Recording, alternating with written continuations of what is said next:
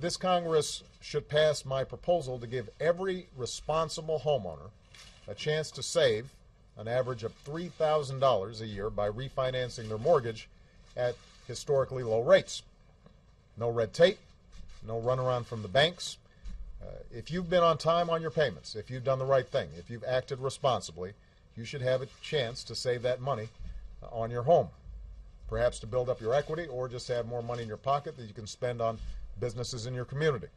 That would make a huge difference for millions of American families. Now, if Congress refuses to act, I've said that I'll continue to do everything in my power to act without them. Last fall, we announced an initiative that allows millions of responsible homeowners to refinance at low interest rates. Today, we're taking it a step further.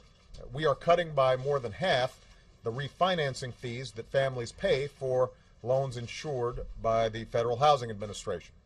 That's going to save the typical family in that situation an extra $1,000 a year on top of the savings that they'd also receive from refinancing. That would make refinancing even more attractive to more families.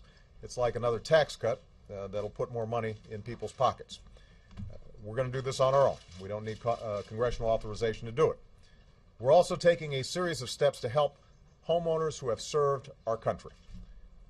It is unconscionable that members of our armed forces and their families have been some of those who have been most susceptible to losing their homes due to the actions of unscrupulous banks and mortgage lenders.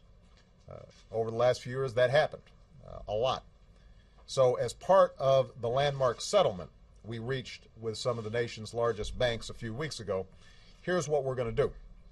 If you are a member of the armed forces whose home was wrongfully foreclosed, you will be substantially compensated for what the bank did to you and your family. If you are a member of the armed forces with a high interest rate who was wrongfully denied the chance to lower it while you were in active service, which banks are required to do by law, the banks will refund you the money you would have saved along with a significant penalty.